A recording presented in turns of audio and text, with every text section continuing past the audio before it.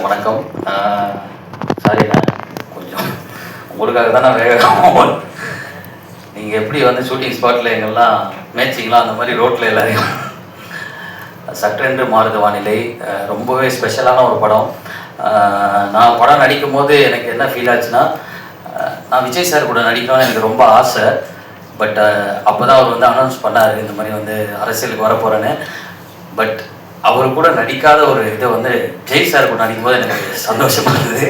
ஏன்னா படம் ஃபுல்லாக விஜய் சார் மாதிரியே பட்டு நான் விஜய் சார் கூட இருக்கலாம், ஜெய் சார் கூட இருக்கலாம்னு எனக்கு ஒரு கன்ஃபியூஷனாகவே இருக்கும். அவ்வளோ சந்தோஷமாக இருந்தது. பாபு விஜய் சார் அவர் வந்து எனக்கு தெரிஞ்சு இப்போ சினிமாவில் வந்து சில படங்கள் வந்து கொடுக்குற டேட்ஸில் எடுக்க முடியாது. பட் ஆனால் கரெக்டாக கொடுத்த டேட்டில் சூப்பராக படம் பண்ணி கரெக்டாக ரிலீஸ் பண்ணதில் உண்மையிலே நீங்கள் சூப்பர் சார். எனக்கு ரொம்ப சந்தோஷமாக இருந்தது. ஏன்னா நம்ம நடித்து அந்த படம் வெளியே வந்தால் தான் மக்கள்கிட்ட போய் சேரும், எல்லாருக்குமே ஒரு நல்ல பேர். ஸோ அதை நீங்கள் பண்ணியிருக்கீங்க, ரொம்ப சந்தோஷம். அப்புறம் மீனாட்சி மேம், உங்கள் கூட நடித்தோம், ரொம்ப சந்தோஷமாக இருந்தது. எல்லா சீனுமே ரொம்ப எமோஷ்னலாகவும் நல்லா ஃபன்னாகவும் நிறைய விஷயங்கள் பண்ணீங்க. முருகதாஸ் சார், நீங்கள் இருக்க ஸ்டேஜில் நான் இருக்கிறது ரொம்ப சந்தோஷமாக இருக்குது. பூ Sasi sir, Dhananjayan sir, Richard அண்ணா, எல்லோரும், ஸ்னேகன் சார், எல்லாருக்குமே ரொம்ப ரொம்ப நன்றி. இந்த படத்தை வந்து 15th அன்னைக்கு பாருங்கள், என்ஜாய் பண்ணுங்கள், நல்லா எழுதுங்க. மக்கள் வந்து எப்படி என்டர்டெயின்மெண்ட்டாக தான் இப்போ படத்தை பார்க்குறாங்க தேட்டரில். ஸோ அது எல்லாமே இந்த படத்தில் இருக்கும். எல்லோரும் சப்போர்ட் பண்ணுங்கள். தேங்க்யூ. கிரீஷ் அவரும் நிறைய ஒர்க் பண்ணியிருக்கோம். அவர்கிட்ட ஒர்க் பண்ணும்போது ரொம்ப சந்தோஷமாக என்னன்னு கேட்டிங்கன்னா, கவிதைகளுக்கும் வரிகளுக்கும் ரசிகனாக ஒரு இசையமைப்பாளர் இருக்கும்போது தான் எழுதுறதுக்கு ஆசையாக இருக்கும். ஏன்னா 2 மீட்டருக்கு கிடைச்சா போதும், நமக்கு வந்து ஒரு சந்தத்துக்குள்ளே அமைஞ்சால் போதும் அப்படிங்கிறதுக்கு மத்தியில் வரிகளை ரசித்து படைப்பாளிகளே அல்லது கவிஞர்களை வந்து என்கரேஜ் பண்ணுற இசையமைப்பாளர்கள் வரிசையில் இன்றைக்கி வளர்ந்து வருகிற அந்த வரிசையில் வந்து ரொம்ப அற்புதமான ஒரு ரசிகனாக தான் நான் அவரை பார்ப்பேன். தமிழ் வரிகளுக்கும் கவிதைகளுக்கும். இந்த படத்தில் 2 பாட்டு எழுதியிருக்கேன். நீங்கள் பார்த்த அந்த 2 பாட்டில் ஒன்று சட்டென்று வானதை மாநிலை, அந்த என்னுடைய சாங்கு, இன்னொரு சாங்கு உயிரே அப்படின்னு ஒரு சாங்கு. இது 2 நாங்கள் பண்ணியிருக்கோம். மீதி வந்து கூட்டமாக சேர்ந்து ஒரு பாட்டு எழுதியிருக்காங்க. எல்லாருமே அப்போ கூட சொன்னோம், ஏன் இந்த பாட்டு மட்டும் கொடுக்கல, நாங்கள் ஒரு பெரிய கூட்டமாக எழுதிட்டு இருக்கோம், இதுக்குள்ளே நுழையாதீங்க அப்படின்ட்டாங்க. ரொம்ப சந்தோஷமாக இருந்துச்சு. அப்புறம் வந்து பாபு விஜய் சாரை பார்க்கும் பொழுது ரொம்ப எளிமை, ஒரு பெரிய பிஸ்னஸ் மேன் அவர் அப்படின்னாரு. எனக்கு ஒரு பக்கம் பெரிய ஆச்சரியமாக இருந்துச்சு. பிஸ்னஸ் மேன் கிரியேட்டராக மாறுறது வந்து ரொம்ப சிரமம். ஏன்னா வந்து ஒரு பக்கம் கணக்கு பார்க்கணும், இல்லைன்னா கடையை பார்க்கணும். ஆனால் 2 கோட்லேயும் அழகாக எவ்வளோ வந்து நகர்த்தி இந்த படத்தை எனக்கு வந்து ஒரு அற்புதமான படைப்பாக கொடுத்துருக்குறாங்க. 2வது இந்த மேடை ரொம்ப நாள் கழித்து நிறைய ஊடக நண்பர்கள், நிறைய நண்பர்களை பார்க்கும்போது மகிழ்ச்சியாக இருக்குது. அந்த ஒரு அற்புதமான ஒரு வாய்ப்பு கிடச்சிச்சு. ஏன்னா இன்னும் 20 வருஷம் முடிச்சுன்னா மனிதர்களை சந்திக்கிறதே திருவிழா போல இருக்கு. ஏன்னா நவீனம் வந்து இன்றைக்கி எல்லாத்தையும் பிரித்து வச்சிடுச்சு. முகத்தை பார்த்து பேசுகிற ஒரு அற்புதமான வாய்ப்பு இந்த படத்தின் மூலம் கிடைத்திருக்கிறது. அப்புறம் எனக்கு ரொம்ப பிடிச்ச இயக்குனர் சசி சாரும் சரி, முருகதாஸ் சாரும் சரி, அவங்க கூட நான் சேர்ந்து ஒர்க் பண்ணலாம் கூட அவங்களுடைய ரசிகர்கள் பட்டாளத்தில் நானும் ஒரு ஓரத்தில் இருப்பேன். இதில் எனக்கு ஒரே ஒரு ஆச்சரியம் என்னன்னா, ஜெய் சாரை பார்க்கும்போது எனக்கு ஒரு ஆச்சரியம். எப்போ பார்த்தாலுமே புதுசாக ஸ்கூலில் சேர்த்து விட்ட பிள்ளை மாதிரியே உட்காந்துருப்பார். என்ன கூட்டம் இருந்தாலும், எத்தனை பழக்கம் இருந்தாலும், எவ்வளோ பழக்கம் இருந்தாலும், ஏதோ ஒன்று இன்னும் புதுசாக ஒரு காட்டுக்குள்ளே கொண்டு அவர் விட்டுட்டது மாதிரியே ஒரு அந்த இன்னசென்ட் தான் அவருடைய பலம்னு நான் நினைக்கிறேன். எனவே அவர் படத்தில் அவர் கூட சேர்ந்து நான் ஒர்க் பண்ணுறது, என்னுடைய பாடல்கள் அவர் நடிப்புக்கு கிடைச்சது பெரிய வரமாக கிடைக்கிறேன். ஏன்னா இப்போ உள்ள காலகட்டங்களில் பாடல்களை வந்து கொண்டாடப்படுகிற காலங்களில் ஒரு நீளமான பாடல்களோ அல்லது நல்ல வார்த்தைகள் உள்ள பாடல்களோ வருவது ரொம்ப அபூர்வமாக இருக்கிறது. அந்த வகையில் இந்த படத்தில் நான் எழுதின 2 பாடல்களும் நிச்சயமாக வந்து எல்லாரும் திரும்ப திரும்ப கேட்கக்கூடிய ஒரு களத்தில் எனக்கு அமைச்சு கொடுத்த இசையமைப்பாளருக்கும் இயக்குனருக்கும் நன்றி, வாழ்த்துக்கள். சாரோட 2வது படம்.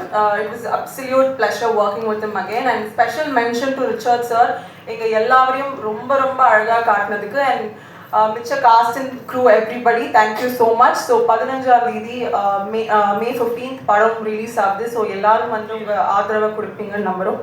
தேங்க்யூ. தேங்க்யூ மீனாட்சி அவர்களே. அடுத்ததாக பாபு விஜய் வந்து நான் படம் பண்ண போகிறேன் அப்படின்னு சொன்ன உடனே யார் ப்ரொடியூசர்னு கேட்டேன். நான் தான் சார் ப்ரொடியூசர் அப்படி தாங்கிட்டே சொன்னார். எனக்கு ஒரு மாதிரி இருந்துச்சு, ஏன் அப்படின்னு எடுத்தோடனே இந்த பரீட்சை எதுக்கு அப்படிங்கிற மாதிரி நினச்சேன். அப்புறம் எத்தனை நாளில் முடிக்க போகிறீங்க அப்படின்னா ஒரு பர்டிகுலர் டேஸ் சொன்னார். ஆனால் நான் ஒரு விதமான பயத்தோடு தான் நான் வந்தேன் இங்கே, என்ன மாதிரி இருக்கும் அப்படின்ட்டு. படத்தினுடைய விஷுவல்ஸ், சாங்ஸோட விஷுவல்ஸும் சரி, இல்லை ட்ரெய்லர் கட்ஸும் சரி ரொம்ப ரிச்சாகவும் ரொம்ப என்ன சொல்கிறது இத்தனை நாளுக்குள்ளே இவ்வளோ நாள் இந்த நாளுக்குள்ளே முடிச்சிட முடியுமா அப்படிங்கிற ஒரு டேரக்டராக நான் பயங்கரமாக சர்ப்ரைஸாக அமேசிங்காக பயங்கர என்ன ஷாக்கிங்கில் இருக்கேன் பாபு. Very great. நான் இதுக்கு நான் முதல்ல தேங்க்ஸ் சொல்கிறது ரிச்சர்டுடைய ஒர்க்கு தான். ரிச்சர்ட் மட்டும் இல்லைன்னா இவ்வளோ ஷார்ட் டைமில்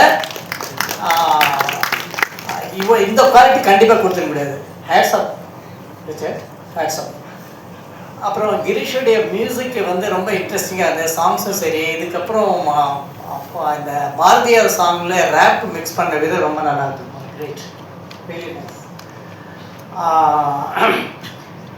பாபு விஜய் என்கிட்ட பாஃப்டாவில் நான் கிளாஸ் எடுக்கிறப்ப ரொம்ப முக்கியமான ஒரு 4-5 பசங்க மட்டும் ஒவ்வொரு இயரும் தேர்வாங்க இல்லையா, அப்படி என்னுடைய குட் புக்கில் இருக்கிற ஒரு ஸ்டூடெண்ட் பாபு விஜய்.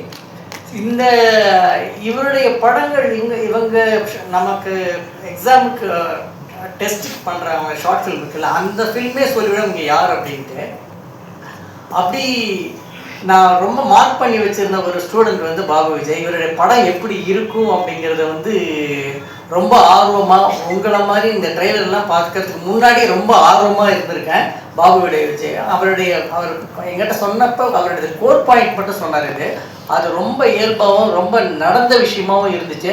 அந்த ஒரு விஷயம் மட்டுமே இந்த படத்தை ஒரு சக்ஸஸான ஒரு இடத்துக்கு கொண்டு போயிடும் அப்படின்னு நம்புகிறேன். அன்னைக்கு ஸ்டூடெண்ட்டாக இருந்தப்போ பாபு விஜய் ஸ்டூடெண்ட்டாக இருந்தப்போ நான் எப்படி எனக்குள்ள ஒரு எதிர்பார்ப்பை ஏற்படுத்தினாரோ அதே எதிர்பார்ப்பை இந்த ட்ரெய்லர்லேயும் சாங்ஸையும் கொடுத்துருக்கீங்க Babu Vijay. Wish you all the best. நம்ம ஜெய் சாரோட முக்கியமான ஒரு படமாக இந்த படமும் இருக்கும் அப்படிங்கிற நம்புகிறேன். வாழ்த்துக்கள் எல்லாருக்கும். வணக்கம். பயன்பாட்டாளர்கள் உங்கள் அனைவருக்கும் இனிய மாலை வணக்கம். முதல்ல ஆண்டவனுக்கு நன்றி, இப்படி ஒரு அற்புதமான ஒரு வாழ்க்கையை கொடுத்ததுக்கு.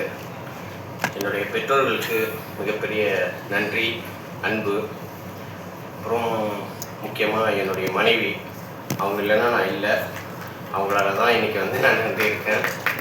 எல்லா வகையிலும் எனக்கு சப்போர்ட் பண்ணது அவங்க தான். Love you Sharmi. அண்டு என்னுடைய நண்பர் சத்யநாராயணன், அவர் தான் நான் தூங்கி போன படம் என்னை தாங்கி பிடிச்சி உங்களால் முடியும் அப்படின்னு சொல்லிட்டு என்னை மோட்டிவேட் பண்ணி எல்லா வகையிலும் சப்போர்ட்டிவாக இருக்காரு. Thank you sir. ஸோ இது சினிமாவை தாண்டி அண்டு சினிமானா என்னை பொறுத்த வரைக்கும் ஒன்று தான் என் மைண்டில் வரும், ஏஆர் முருகதாஸ். அது மட்டும்தான் எனக்கு சினிமாவில் இருந்துச்சு. எனக்கு எப்படியாவது சார்கிட்ட ஒரு படம் ஒர்க் பண்ணியிருந்தேங்கிற ஒரே ஒரு ஆசை தான். எனக்கு படம் பண்ணுற ஆசையே ஸ்டார்டிங்கில் கிடையாது. நான் எப்பயுமே அதை தான் சொல்லிட்டு இருப்பேன். ரமணா படம் பார்த்ததுலேருந்து, ரமணா எத்தனை தடவை பார்த்துருக்கேன்னு எனக்கே தெரியாது. அவ்வளோ எனக்கு எப்படியாவது முருகதாஸ் சட்ட ஒரு படம் ஒர்க் பண்ணிட்டா போதும் அசிஸ்டன்ட் டைரக்டரா அப்படின்னு சொல்லிட்டு அவ்வளோ லவ்னா எப்படின்னா, நான் ஒரு பொண்ணாக பிறந்ததுனால கண்டிப்பாக அவங்க வீட்டில் பயங்கர பிரச்சனை வந்திருக்கும். அவ்வளோ லவ். ஸோ சாருக்காக என்ன வேணாலும் பண்ணுவேன். ஏன்னா சார் மற்றவங்களுக்காக அவ்வளோ பண்ணுவார். அதான் அசிஸ்டன்ட் டைரக்டர்ஸ்க்கு அவ்வளோ பண்ணுவார். இன்றைக்கி நான் இங்கே நிற்கிறது, இந்த படம் பண்ணது, மற்றவங்க எல்லாம் என் பேசுறது, சினிமாவை பொறுத்த வரைக்கும் எல்லாமே சார்கிட்ட கற்றுக்கிட்டது தான். அண்டு அவர்கிட்ட நான் கற்றுக்கிட்டது ஒரு 5% தான் இருக்கும். அந்த 5%க்கு தான் இந்த பாராட்டுகள் நீங்கள் சொல்கிறது எல்லாமே. ஃபுல்லாக கற்றுக்க முடியாது யாராலையுமே. அப்படிப்பட்ட ஒரு மனிதர் அவர்.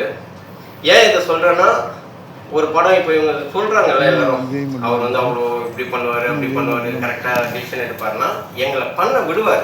சார்கிட்ட நான் பெருசாக கற்றுக்கிட்டது, அசிஸ்டன்ட் டைரக்டர்ஸ் பண்ண விடுவார். அது தப்போ ரைட்டோ ஃபஸ்ட்டு பண்ணுங்க, அதுக்கப்புறம் அதை கரெக்ஷன் பண்ணுவார்.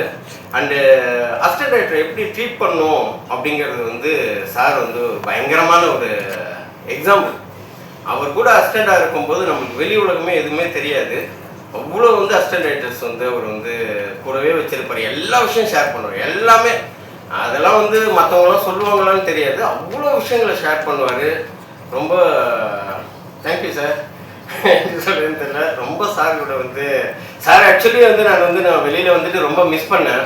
சார் கூட திரும்ப ரொம்ப நாள் கண்டினியூ பண்ண முடியாமல் போயிடுச்சு. ஏன்னா என்னுடைய ஏஜ், நான் பிஸ்னஸ்லேருந்து வந்திருந்தேன், படம் பண்ணணும். இல்லைன்னா நான் ஒரு 22-23 வயசில் சார்கிட்டலாம் சேர்ந்துருந்தேன்னா ஒரு 20-25 வருஷம் அவரே டெய்லி தயவு செஞ்சு வெளில படம்னு சொல்கிறாங்க நான் இருந்திருப்பேன். ஸோ தேங்க்யூ சார், எல்லாமே அவங்களால தான் சார். அதுக்கப்புறம் சார்கிட்ட நான் சேரணும்னு நினைக்கும் போது என்னடா நம்ம போனோம்னா உங்களுக்கு என்ன தெரியும் அப்படின்னு கேட்பாங்க. அவ்வளோ பெரிய டைரக்டர் எப்படி அப்ரோச் பண்ணுறதுன்னு தெரியாது. அப்போ தான் எனக்கு வந்து பாப்டாவில் ஜாயின் பண்ணேன். தனஞ்சயன் சார் சேர்த்துட்டது ரொம்ப தேங்க்ஸ் சார். ஏன்னா நம்ம லாஸ்ட்டாக சேர்ந்த ஸ்டூடெண்ட்டு. நெக்ஸ்ட் டே வந்து காலேஜ் ஓப்பன் பண்ணுறாங்க, எல்லாமே அட்மிஷன் முடிஞ்சிச்சு அப்படின்னாங்க. பிரசன்னா மேடம் ஒருத்தங்க இருந்தாங்க, இல்லைப்பா அட்மிஷன்லாம் முடிஞ்சிச்சு வெளில போ அப்படின்ட்டாங்க. என்னடா இப்படி சொல்கிறாங்க அப்படின்னு சொல்லிட்டு, இல்லை நான் தனஞ்சயன் சாரை பார்த்துட்டு தான் போவேன் அப்படின்னேன். அப்புறம் அப்போ வெயிட் பண்ணேன் அப்படின்னாங்க. 2 hours வெயிட் பண்ணேன். அதுக்கப்புறம் தனஞ்சயன் சார் வந்தார். ஒரு 10 minutes தான் பேசினேன். அவர் எதாவது என்ன நினச்சாருன்னு தெரில. உடனே சரி ஓகே ஒரு சேர்த்து விட்டுருங்க அப்படின்னாங்க. ஸோ பாப்டாவில் சேர்ந்ததுக்கப்புறம் தான் எனக்கு வந்து சினிமா ஆசைகளில் இருந்தேன். பட் சினிமாவை எப்படி அப்ரோச் பண்ணணும், என்ன சினிமானா என்ன அப்படிங்கிறது வந்து எனக்கு கற்றுக் கொடுத்தது வந்து பாப்டா தான். அதுவும் பாப்டாவில் வந்து என்னுடைய மாஸ்டர்ஸ் யாருன்னு பார்த்தீங்கன்னா Mahendra sir, Bhagyaraj sir, Lenin sir.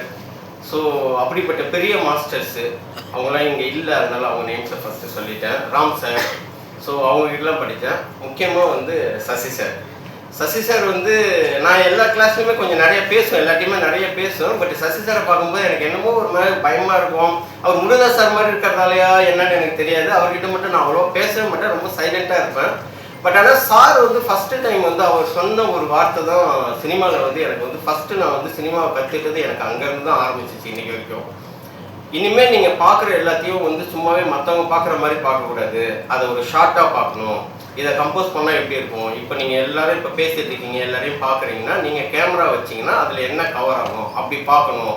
அப்படி பார்க்க கற்றுக்கிட்டா தான் நீங்கள் படம் பண்ணும்போது அது யூஸ்ஃபுல்லாக இருக்கும்னாங்க. அன்னையிலேருந்து இன்றைக்கி வரைக்கும் எதை பண்ணாலும் அது மாதிரி தான் சார் தோணுது. ஸோ அங்கேருந்து தான் என்னுடைய சினிமாவுடைய லேர்னிங்ஸ் வந்து ஆரம்பிச்சிச்சு. அப்புறம் நான் ப்ரொடியூஸ் பண்ணுறதுக்கு வந்து மெயின் வந்து தனஞ்சயன் சார். அவர் தான் வந்து ப்ரொடக்ஷன் கிளாஸ் எடுப்பார் இப்போ பாப்டாவில். அப்போ ப்ரொடக்ஷன் பண்ணும்போது என்னென்னலாம் பண்ணணும், என்னென்னலாம் பண்ணக்கூடாது, எப்படி பண்ணணும் அப்படிங்கிறதெல்லாம் கிளியராக சொல்லி கொடுப்பாரு. ஸோ அது வந்து எனக்கு வந்து ரொம்ப யூஸ்ஃபுல்லாக இருந்துச்சு. நான் இந்த படம் ப்ரொடியூஸ் பண்ண போகிறேன் அப்படின்னு சொல்லிட்டு போகும்போதே ஃபஸ்ட்டு நான் அவரை தான் போய் மீட் பண்ணேன். சார் இந்த மாதிரி ப்ரொடியூஸ் பண்ண போகிறேன் சார்ன்னு சொல்லிட்டு அவர் நிறைய விஷயங்கள் சொல்லுவார். அதில் நம்மளுக்கு என்ன வேணுமோ அதை மட்டும் எடுத்துட்டோன்னா நல்லாயிருக்கும். எல்லாத்தையும் நீங்கள் எடுத்துட்டிங்கன்னா குழறிடுவீங்க. ஸோ அந்த வகையில் எனக்கு ரொம்ப நல்லா அட்வைஸ் பண்ணார். அவருக்கும் என்னுடைய மிகப்பெரிய நன்றி. வந்து பாபு விஜயோட ஃபஸ்ட்டு ஃபில்மு, டைரக்ஷன்லேயும் சரி ப்ரொடக்ஷன்லேயும் சரி ஃபஸ்ட்டு ஃபில்ம், என்னோடய ஃபஸ்ட்டு ஃபில்ம். அப்போது நான் எப்படி ஒரு ஆர்வமாக இருந்தனோ, எவ்வளோ சந்தோஷமாக இருந்தனோ அதே அளவுக்கு சந்தோஷமாக நான் இன்றைக்கி இருக்கேன். பாபு விஜய் வந்து எனக்கு ரொம்ப நெருக்கமானவர். ரொம்ப வந்து நீங்களாம் வந்து இதில் ஒர்க் பண்ண டெக்னீஷியன்ஸுங்களாம் ஃபஸ்ட்டு ஒர்க் பண்ணும்போது உங்களை கமிட் பண்ணியிருப்பார், ப்ரொடியூசராக கமிட் பண்ணும்போது உங்களுக்கு நல்ல சம்பளம் பேசியிருப்பார். ஆனால் படம் முடியும் போது தான் தெரிஞ்சிருக்கும் உங்ககிட்ட இருந்து 3 மடங்கு வேலை வாங்கியிருப்பார் எல்லார்கிட்டையும். ஏன்னா எனக்கு தெரியும் பாபு விஜய் எந்த மாதிரின்னு சொல்லி. ஒரே சுவாரஸ்யமான சம்பவத்தை சொல்லணும்னு நான் ஆசைப்பட்றேன். இது வந்து சர்க்கார் டைமில் நடந்த ஒரு விஷயம். ஸோ சர்க்காரில் வந்து அந்த படம் முடிஞ்ச பிறகு ஒரு ஈவெண்ட் ஒன்று நடந்தது. அதில் வந்து இன்டர்வியூ வந்து அதில் இருந்த எல்லா ஆர்டிஸ்ட்டும் பண்ணிட்டு இருந்தோம். அது வந்து நான் ஹீரோயின் அப்புறம் வந்து பழக்கர் பேசார் இருந்தார். ஸோ நாங்கள்லாம் வந்து ஒரு இன்டர்வியூ கொடுத்துருந்தோம். அப்போ கொடுத்துட்டு இருக்கும்போது பழக்கர் பேசார் வந்து பாபு விஜய்கிட்ட கூப்பிட்றாரு. அப்போ வந்து அவர் சொல்கிறாரு, விஜய் பாபு எனக்கு வந்து அரசியல் மீட்டிங்னா நான் பேசிடுவேன், சினிமா இன்டர்வியூனா எனக்கு எப்படி கொடுக்குறதுன்னு எனக்கு தெரியலையே, எனக்கு என்ன பேசணும் சொல்லுங்கள் அப்படின்னு உடனே ஒன்று சொல்லு. இல்லை சார் நீங்கள் வந்து சொல்லலாம்ல சார், ஃபஸ்ட் டைம் வந்து நீங்கள் வந்து சினிமாவில் நடிக்கிறதுக்கு பயந்தீங்க, அப்போ நான் வந்து உங்களை பார்த்தேன், வந்து பார்த்துட்டு நான் சொன்னேன், நான் வந்து இல்லை சார் நான் இல்லை வில்லன் கேரக்டர் நான் எப்படி பண்ணுறது, நான் ஏற்கனவே பொது வாழ்க்கையில் இருக்கேன் அப்படின்னு சொன்னார். அப்போ நான் சொன்னேன் வந்து இல்லை சார் நீங்கள் சொன்னீங்க நீங்கள் வந்து இல்லை நீங்கள் இது வந்து கேரக்டர் பண்ணீங்கன்னா நீங்கள் நல்லா ரீச் ஆவீங்க, நீங்கள் வேணால் பேர பசங்கிட்ட கேட்டு பாருங்க அப்படின்னு சொன்னேன். அதுக்கப்புறம் நீங்கள் போய் உங்கள் பேர பசங்கிட்ட கேட்டீங்க, அவங்க வந்து விஜய் சார் படமா கண்டிப்பாக பண்ணுங்க நீங்கள் நல்லா ரீச் ஆகுவீங்க அப்படின்னு அவர் சொன்னார்ல சார், அதை பேசுங்க சார். ஓ கரெக்ட் இல்லை, அதை பேசலாம் சார். அப்புறம் முக்கியமாக இந்த படம் ஆரம்பிச்சது நீங்கள் வந்து என்னை விஜய் பாபுன்னே கூப்பிட்றீங்க. என் பேர் விஜய் பாபு கிடையாது, என் பேர் பாபு விஜய், நல்லா சொல்லுங்க பாபு விஜய் அப்படின்னு அவரை மெஸ்மரைஸ் பண்ணிட்டாரு. இப்போ இன்டர்வியூ ஆரம்பிக்குது, என் பக்கத்தில் உட்கார்றாரு. அவர் எதிர்பார்த்த கேள்வி கரெக்டாக வருது. எப்படி சார் இந்த படத்தில் நீங்கள் நடிச்சீங்க, நீங்கள் வந்து ஒரு பொலிட்டீஷியன், நீங்கள் எப்படி வந்து இந்த படத்தில் நடிச்சிங்க அப்படின்னு. இந்த படம் வந்து நான் வந்து என் வீட்டுக்கு வந்து டைரக்டர் அனுப்புனாருன்னு சொல்லி பாபு விஜய்னு ஒருத்தர் வந்தார். அப்போ சொன்னாரு, நான் வந்து எப்படிங்க இது நான் நடிக்கிறது, நான் வந்து இதில் பாலிடிக்ஸில் பொது வாழ்க்கையில் இருக்கேன் அப்படின்னு கேட்டேன். அப்போ பாபு விஜய் சொன்னார் வந்து, இல்லை சார் நீங்கள் உங்கள் வீட்டில் வேணால் கேட்டு பாருங்கன்னு சொன்னேன். உடனே அவர் சொன்னார். அப்போ நான் சொன்னேன், இல்லை பாபு விஜய் நான் எப்படி பாபு விஜய் நான் எங்கள் வீட்டில் ஒத்துக்குவாங்க அப்படின்னு சொன்னேன். அதுக்கப்புறம் வந்து மறுநாள் வந்தார், பேர பசங்களாம் இல்லைப்பா நீங்கள் பண்ணுங்கன்னு. அப்புறம் மறுநாள் பாபு விஜய் வந்தார். அப்போ பாபு விஜய்கிட்ட நான் சொன்னேன், பாபு விஜய் நான் இந்த படத்தை பண்ணுறேன் பாபு விஜய் சொன்னோன்னே நான் பக்கத்தில் இருக்கேன். படத்து டைரக்டர் நான் என்ன ஒரு தடவை கூட என் பேர் சொல்ல, இத்தனை தடவை பாபு விஜய் சொல்றேன்ட்டு இவனை தேடினேன். அப்படியே எங்கடா இருக்கான் அப்படின்னு இவனை தேடினேன். இதே மாதிரி ஒரு லைட்ல அப்படியே அவுட்லைன்ல போனேன். என்னை பார்த்து நேர கேமரா பின்னாடி எடுத்துட்டு அங்கிருந்து வெட்டி பார்க்கறேன், என்னடா இதெல்லாம். அப்புறம் முடிச்ச உடனே இன்டர்வியூ முடிஞ்சது.